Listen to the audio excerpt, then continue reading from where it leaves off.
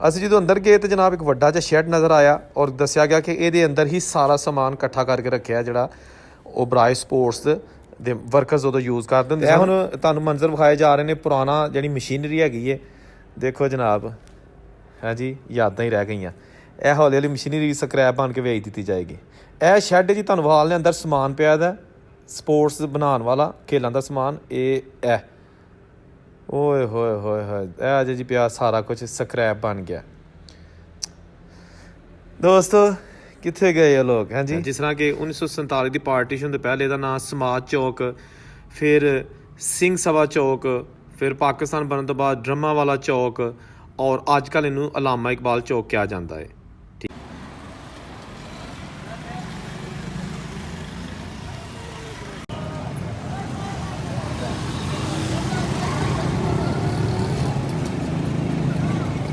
ਅੱਛਾ, ਅੱਜ ਮੈਂ ਜਾ ਰਿਹਾ ਵਾਂ ਸਿਆਲਕੋਟ ਸ਼ਹਿਰ। ਸਿਆਲਕੋਟ ਸ਼ਹਿਰ ਦੇ ਵਿੱਚ ਤੁਹਾਨੂੰ ਉਹ ਫੈਕਟਰੀ ਦਿਖਾਲਣ ਜਿਹੜੀ ਕਿ ਸਿਆਲਕੋਟ ਦੀ ਸਭ ਤੋਂ ਪਹਿਲੀ ਫੈਕਟਰੀ ਸੀ, ਜਿਹਦਾ ਨਾਂ ਸੀ ਓਬਰਾਏ ਸਪੋਰਟਸ। ਸਰਦਾਰ ਗੰਡਾ ਸਿੰਘ ਓਬਰਾਏ ਦੀ ਕਾਇਮ ਕਰਦਾ ਫੈਕਟਰੀ ਜਿਹੜੀ ਕਿ ਸਿਆਲਕੋਟ ਸ਼ਹਿਰ ਦੇ ਵਿੱਚ ਅੱਜ ਉਹਦੀ ਬਾਕੀਆਤ ਮੌਜੂਦ ਨੇ। ਫੈਕਟਰੀ ਵਰਕਿੰਗ ਹਾਲਤ ਦੇ ਵਿੱਚ ਨਹੀਂ, ਲੇਕਿਨ ਉਹਦੀ ਬਾਕੀਆਤ ਮੌਜੂਦ ਨੇ। ਉਸ ਫੈਕਟਰੀ ਦੇ ਵਿੱਚ ਪੁਰਾਣਾ ਸਮਾਨ ਅਤੇ ਉਹ ਜਿਹੜੀ ਪੈਰਿਸ ਰੋਡ ਦੇ ਉੱਤੇ ਇਮਾਰਤ ਹੈ ਉਹ ਤੁਹਾਨੂੰ ਵਿਖਾਈ ਜਾਏਗੀ। ਸਿਆਲਕੋਟ ਸ਼ਹਿਰ ਦੀਆਂ ਮੈਂ ਪਹਿਲੇ ਵੀ ਬਹੁਤ ਸਾਰੀਆਂ ਵੀਡੀਓ ਬਣਾਈਆਂ ਨੇ, ਉਹ ਤੁਸੀਂ ਇਸ ਚੈਨਲ 'ਤੇ ਵੇਖ ਸਕਦੇ ਹੋ। ਲੇਕਿਨ ਅੱਜ ਦੀ ਵੀਡੀਓ ਸਰਦਾਰ ਗੰਡਾ ਸਿੰਘ ਓਬਰਾਏ, ਜਿਨ੍ਹਾਂ ਨੂੰ ਸਿਆਲਕੋਟ ਦਾ ਸਰ ਗੰਗਾ ਰਾਮ ਕਿਹਾ ਜਾਏ ਤਾਂ ਕੁਝ ਗਲਤ ਨਹੀਂ ਹੋਏਗਾ। ਜਿਸ ਤਰ੍ਹਾਂ ਸਰ ਗੰਗਾ ਰਾਮ ਦੀਆਂ ਖਿਦਮਾਤ ਲਾਹੌਰ ਦੇ ਵਿੱਚ ਬਹੁਤ ਜ਼ਿਆਦਾ ਨੇ, ਇਸੇ ਤਰ੍ਹਾਂ ਹੀ ਸਰਦਾਰ ਗੰਡਾ ਸਿੰਘ ਓਬਰਾਏ ਦੀ ਫੈਮਿਲੀ ਦੀਆਂ ਖਿਦਮਾਤ ਸਿਆਲਕੋਟ ਵਾਸਤੇ ਬਹੁਤ ਜ਼ਿਆਦਾ ਨੇ। ਮੈਂ ਇਸ ਵੇਲੇ ਫੈਕਟਰੀ ਤੇ ਤੁਹਾਨੂੰ ਵਿਖਾਲਣਾ ਵਾ, ਲੇਕਿਨ ਇਹ ਰਸਤੇ 'ਚ ਆਇਆ ਹੈ ਅਲਾਮਾ ਇਕਬਾਲ ਚੌਕ। ਇਸ ਚੌਕ ਨੂੰ ਮੁਖਤਲਿਫ ਦੌਰ ਦੇ ਵਿੱਚ ਮੁਖਤਲਿਫ ਨਾਮਾਂ ਦੇ ਨਾਲ ਪੁਕਾਰਿਆ ਜਾਂਦਾ ਰਿਹਾ। ਜਿਸ ਤਰ੍ਹਾਂ ਕਿ 1947 ਦੀ ਪਾਰਟੀਸ਼ਨ ਤੋਂ ਪਹਿਲੇ ਇਹਦਾ ਨਾਂ ਸਮਾਜ ਚੌਕ, ਫਿਰ ਸਿੰਘ ਸਭਾ ਚੌਕ, ਫਿਰ ਪਾਕਿਸਤਾਨ ਬਣਨ ਤੋਂ ਬਾਅਦ ਡਰਮਾ ਵਾਲਾ ਚੌਕ, ਔਰ ਅੱਜ ਕੱਲ੍ਹ ਇਹਨੂੰ ਅਲਾਮਾ ਇਕਬਾਲ ਚੌਕ ਕਿਹਾ ਜਾਂਦਾ ਹੈ। ਠੀਕ ਹੈ ਜੀ। ਅਤੇ ਦੂਸਰੇ ਲਫ਼ਜ਼ਾਂ 'ਚ ਇਹ ਕਹਿ ਲਓ ਕਿ ਇਹ ਚੌਕ ਜਿਹੜਾ ਹੈ ਇਹ ਸਿਆਲਕੋਟ ਸ਼ਹਿਰ ਦਾ ਮਰਕਜ਼ ਹੈਗਾ। ਹਰ ਤਰਫ ਇੱਥੇ ਰਸ਼ ਰਹਿੰਦਾ ਅਤੇ ਇਹਦੇ ਕੋਲ ਹੀ ਰੇਲਵੇ ਸਟੇਸ਼ਨ ਹੈ, ਇਹਦੇ ਕੋਲ ਹੀ ਸਰਦਾਰ ਗੰਡਾ ਸਿੰਘ ਓਬਰਾਏ ਦੀ ਫੈਕਟਰੀ ਪੈਰਿਸ ਰੋਡ 'ਤੇ ਉਹ ਵੀ ਵਾਕਿਆ ਹੈ। ਇੱਥੇ ਜਨਾਬ ਕਿਸੇ ਦੌਰ ਦੇ ਵਿੱਚ ਸਿਨੇਮਾ ਘਰ, ਇੱਥੋਂ ਰੈਕਸ ਸਿਨੇਮਾ ਨੂੰ ਜਾਈਦਾ ਸੀ, ਨਿਸ਼ਾਤ ਸਿਨੇਮਾ ਨੂੰ ਜਾਈਦਾ ਹੁੰਦਾ ਸੀ। ਇਹਦੇ ਨਾਲ ਨਾਲ ਇੱਥੋਂ ਲਾਹੀ ਬਾਜ਼ਾਰ, ਟਰੰਕ ਬਾਜ਼ਾਰ, ਅਤੇ ਜਨਾਬ ਇਹ ਕੋਲ ਹੈਗੀ ਹੈ ਸਾਈਕਲਾਂ ਵਾਲੀ ਮਾਰਕੀਟ। ਇੱਥੇ ਵੀ ਬਹੁਤ ਜ਼ਿਆਦਾ ਉਸ ਦੌਰ ਦੇ ਵਿੱਚ ਹਿੰਦੂਆਂ ਦੀਆਂ ਦੁਕਾਨਾਂ ਹੁੰਦੀਆਂ ਸਨ, ਮੁਸਲਮਾਨਾਂ ਦੀਆਂ, ਲੇਕਿਨ ਹਿੰਦੂਆਂ ਦੀਆਂ ਬਹੁਤ ਜ਼ਿਆਦਾ ਦੁਕਾਨਾਂ ਹੁੰਦੀਆਂ ਸਨ। ਅਤੇ ਇਹ ਜਨਾਬ ਇੱਥੇ ਉੱਤੇ ਆ ਬਾਜ਼ ਦਾ ਨਿਸ਼ਾਨ ਬਣਿਆ, ਸ਼ਹੀਨ ਦਾ ਨਿਸ਼ਾਨ ਬਣਿਆ, ਅਤੇ ਅਲਾਮਾ ਇਕਬਾਲ ਚੌਕ ਅਤੇ ਇਹਦੇ ਬਿਲਕੁਲ ਨਾਲ ਜਿਹੜਾ ਨਾ ਉਹ ਹੁਣੇ ਮੈਂ ਤੁਹਾਨੂੰ ਜਾ ਕੇ ਦਿਖਾ ਲੈਣਾ ਵਾ ਸਰਦਾਰ ਗੰਡਾ ਸਿੰਘ ਓਬਰਾਏ ਹੋਰਾਂ ਦੀ ਉਹ ਫੈਕਟਰੀ, ਜਿਹਦੇ ਵਿੱਚ ਉਹਨਾਂ ਨੇ ਸੈਂਕੜੋਂ ਮੁਸਲਮਾਨ ਅਤੇ ਦੂਜੇ ਮਜ਼ਾਹਬ ਦੇ ਲੋਕਾਂ ਨੂੰ ਨੌਕਰੀਆਂ ਦਿੱਤੀਆਂ ਸਨ। ਇਹ ਜਿਹੜੀ ਇਮਾਰਤ ਦੇਖ ਰਹੇ ਹੋ ਇਹ ਬਾਕੀਆ 'ਚ ਸ਼ਾਮਲ ਹੈ। ਜਿਹੜੀ ਸਰਦਾਰ ਗੰਡਾ ਸਿੰਘ ਓਬਰਾਏ ਦੀ ਫੈਕਟਰੀ ਸੀ ਇਹ ਹੈਗੀ ਹੈ ਪੈਰਿਸ ਰੋਡ 'ਤੇ, ਔਰ ਜਿਹੜੀ ਇਹ ਬਿਲਡਿੰਗ ਤੁਸੀਂ ਦੇਖ ਰਹੇ ਹੋ ਇਹਦੇ ਬਾਰੇ 'ਚ ਕਿਹਾ ਜਾਂਦਾ ਹੈ ਕਿ ਇੱਥੇ ਦਫ਼ਤਰੀ ਹਿਸਾਬ ਕਿਤਾਬ ਅਤੇ ਐਕਸਪੋਰਟ ਵਗੈਰਾ ਦਾ ਜਿਹੜੇ ਮਾਮਲਾਤ ਇੱਥੇ ਦੇਖੇ ਜਾਂਦੇ ਸਨ। ਅਤੇ ਮੇਰੇ ਬੈਕ ਸਾਈਡ 'ਤੇ ਯਾਨੀ ਇਸ ਬਿਲਡਿੰਗ ਦੇ ਬਿਲਕੁਲ ਸਾਹਮਣੇ ਜਿਹੜੀ ਉਹ ਫੈਕਟਰੀ ਸੀ। ਖੈਰ ਉਹ ਵੀ ਤੁਹਾਨੂੰ ਦਿਖਾ ਲੈਂਦੇ ਹਾਂ। ਅਤੇ ਇਹ ਜਨਾਬ ਰਸਤੇ 'ਚ ਜਾਂਦਿਆਂ ਸਾਨੂੰ ਜਿਹੜਾ ਨਾ ਇਹ ਬਹੁਤ ਹੀ ਇੱਕ ਯੂਨੀਕ ਔਰ ਪੁਰਾਣੀ ਬਿਲਡਿੰਗ ਨਜ਼ਰ ਆਈ ਹੈ। ਇਹ ਵੀ ਬਿਲਕੁਲ ਜਿਹੜਾ ਫਾਟਕ ਹੈ ਪੈਰਿਸ ਰੋਡ ਵਾਲਾ ਉਹਦੇ ਕੋਲ ਵਾਕਿਆ ਹੈ। ਇਹਦੇ ਵਿੱਚ ਜਿਹੜਾ ਨਾ ਬੜੇ ਅਮੀਰ ਤਰੀਨ ਰਈਸ ਉਸ ਦੌਰ ਦੇ ਜਿਹੜੇ ਹਿੰਦੂ ਸਨ ਉਹਨਾਂ ਦੀਆਂ ਰਿਹਾਇਸ਼ਗਾਹਾਂ ਹੁੰਦੀਆਂ ਸਨ, ਅਤੇ ਅੱਜ ਵੀ ਇਹ ਇੱਥੇ ਕੁਛ ਬਾਕੀਆਤ ਉਹਨਾਂ ਦੀਆਂ ਮੌਜੂਦ ਹੈਗੀਆਂ ਨੇ। ਅਤੇ ਗੱਲ ਕਰ ਰਹੇ ਸਾਂ ਫੈਕਟਰੀ ਓਬਰਾਏ ਸਪੋਰਟਸ ਸਿਆਲਕੋਟ, ਜਿਹੜੀ ਕਿ ਬਹੁਤ ਕਦੀਮੀ, ਬਲਕਿ ਕਿਹਾ ਜਾਏ ਕਿ ਸਭ ਤੋਂ ਪਹਿਲੀ ਫੈਕਟਰੀ ਸੀ ਸਿਆਲਕੋਟ ਦੇ ਵਿੱਚ, ਜਿਹੜੀ ਸਰਦਾਰ ਗੰਡਾ ਸਿੰਘ ਓਬਰਾਏ ਨੇ ਇੱਥੇ ਲਾਈ ਸੀ। ਇਹ ਉਹ ਫੈਕਟਰੀ ਹੈ ਸਾਰੀ। ਇਹਦੇ ਅੰਦਰ ਵੀ ਜਾ ਕੇ ਤੁਹਾਨੂੰ ਦਿਖਾ ਲੈਣਾ ਜਿਹੜਾ ਪੁਰਾਣਾ ਸਮਾਨ ਇੱਥੇ ਪਿਆ, ਦਰਵਾਜ਼ਾ ਮੇਨ ਇਹਦਾ। ਠੀਕ ਹੈ ਜੀ। ਓਬਰਾਏ ਸਪੋਰਟਸ ਇਹ ਸਿਆਲਕੋਟ ਦਾ ਪੈਰਿਸ ਰੋਡ ਹੈ। ਇੱਥੇ ਸਾਰੀ ਤਕਰੀਬਨ ਪ੍ਰੋਪਰਟੀ ਸਰਦਾਰ ਗੰਡਾ ਸਿੰਘ ਓਬਰਾਏ ਦੀ ਹੁੰਦੀ ਸੀ। ਇਹ ਦਰਵਾਜ਼ਾ ਜੀ ਮੇਨ ਜਿਹੜਾ ਅੰਦਰ ਜਾਣ ਵਾਸਤੇ ਇਸਤੇਮਾਲ ਹੁੰਦਾ। ਇਹ ਕੁਛ ਇਹਦੀਆਂ ਨਈ ਤਾਮੀਰਾਤ ਹੋ ਚੁੱਕੀਆਂ ਨੇ, ਲੇਕਿਨ ਬਹੁਤ ਸਾਰੀ ਹਾਲੇ ਵੀ ਪੁਰਾਣੀ ਬਾਕੀਆਤ ਮੌਜੂਦ ਹੈਗੀਆਂ ਨੇ। ਅਸੀਂ ਜਦੋਂ ਅੰਦਰ ਗਏ ਤਾਂ ਜਨਾਬ ਇੱਕ ਵੱਡਾ ਜਿਹਾ ਸ਼ੈੱਡ ਨਜ਼ਰ ਆਇਆ ਔਰ ਦੱਸਿਆ ਗਿਆ ਕਿ ਇਹਦੇ ਅੰਦਰ ਹੀ ਸਾਰਾ ਸਮਾਨ ਇਕੱਠਾ ਕਰਕੇ ਰੱਖਿਆ ਜਿਹੜਾ ਓਬਰਾਏ ਸਪੋਰਟਸ ਦੇ ਵਰਕਰਸ ਉਦੋਂ ਯੂਜ਼ ਕਰਦੇ ਹੁੰਦੇ ਸਨ। 1883 ਵਿੱਚ ਜਦੋਂ ਇੱਕ ਇੱਥੇ ਗੋਰਾ ਫੌਜੀ ਅਫਸਰ ਸੀ, ਉਹਦਾ ਰੈਕਟ ਬੈਡਮਿੰਟਨ ਵਾਲਾ ਖ਼ਰਾਬ ਹੋ ਗਿਆ ਅਤੇ ਉਹ ਇਹਨਾਂ ਨੇ ਸਹੀ ਕੀਤਾ ਅਤੇ ਅੰਗਰੇਜ਼ ਬੜੇ ਖੁਸ਼ ਹੋਏ। ਉਹਨਾਂ ਨੇ ਫਿਰ ਸਰਦਾਰ ਗੰਡਾ ਸਿੰਘ ਘਬਰਾਏ ਹੋਰਾਂ ਨੂੰ ਮਜ਼ੀਦ ਜਿਹੜਾ ਨਾ ਉਹ ਕੰਟਰੈਕਟ ਦੇਣੇ ਸ਼ੁਰੂ ਕਰਤੇ ਆਰਮੀ ਕੰਟੋਨਮੈਂਟ ਫੌਜੀਆਂ ਦੇ ਅਫਸਰਾਂ ਦੇ, ਠੀਕ ਹੈ ਨਾ। ਅਤੇ 1875 ਵਿੱਚ ਬਕਾਇਦਾ ਇਹਨਾਂ ਨੇ ਫਿਰ ਜਿਹੜਾ ਨਾ ਯੂਨਿਟ ਲਾ ਦਿੱਤਾ ਜਿਹਦੇ ਵਿੱਚ ਰੈਕਟ, ਹਾਕੀਆਂ ਅਤੇ ਦੂਸਰਾ ਰਬੜ ਅਤੇ ਸਪੋਰਟਸ ਦਾ ਸਮਾਨ ਬਣਾਉਣਾ ਸ਼ੁਰੂ ਕਰ ਦਿੱਤਾ। ਅਤੇ ਇਹ ਹੁਣ ਤੁਹਾਨੂੰ ਮੰਜ਼ਰ ਵਿਖਾਏ ਜਾ ਰਹੇ ਨੇ ਪੁਰਾਣਾ ਜਿਹੜੀ ਮਸ਼ੀਨਰੀ ਹੈਗੀ ਹੈ, ਦੇਖੋ ਜਨਾਬ, ਹੈ ਜੀ, ਯਾਦਾਂ ਹੀ ਰਹਿ ਗਈਆਂ। ਇਹ ਹੌਲੀ ਹੌਲੀ ਮਸ਼ੀਨਰੀ ਸਕ੍ਰੈਪ ਬਣ ਕੇ ਵੇਚ ਦਿੱਤੀ ਜਾਏਗੀ। ਇਹ ਸ਼ੈੱਡ ਜੀ ਤੁਹਾਨੂੰ ਵਿਖਾਲ ਨੇ ਅੰਦਰ ਸਮਾਨ ਪਿਆ ਦਾ ਸਪੋਰਟਸ ਬਣਾਉਣ ਵਾਲਾ, ਖੇਲਾਂ ਦਾ ਸਮਾਨ। ਇਹ ਓਏ ਹੋਏ ਹੋਏ ਹੋਏ, ਇਹ ਅਜੇ ਜੀ ਪਿਆ ਸਾਰਾ ਕੁਝ ਸਕ੍ਰੈਪ ਬਣ ਗਿਆ। ਦੋਸਤੋ ਕਿੱਥੇ ਗਏ ਉਹ ਲੋਕ, ਹਾਂਜੀ। ਇਹ ਫੈਕਟਰੀ ਕਿਹਾ ਜਾਂਦਾ ਕਿ ਇਹਦੇ ਵਿੱਚ ਉਹਨਾਂ ਨੇ ਇੰਨੀ ਕੁ ਜ਼ਿਆਦਾ ਮੁਲਾਜ਼ਮਾਂ ਦੀਆਂ ਤਨਖਾਹਾਂ ਅੱਛੀਆਂ ਰੱਖੀਆਂ ਸਨ।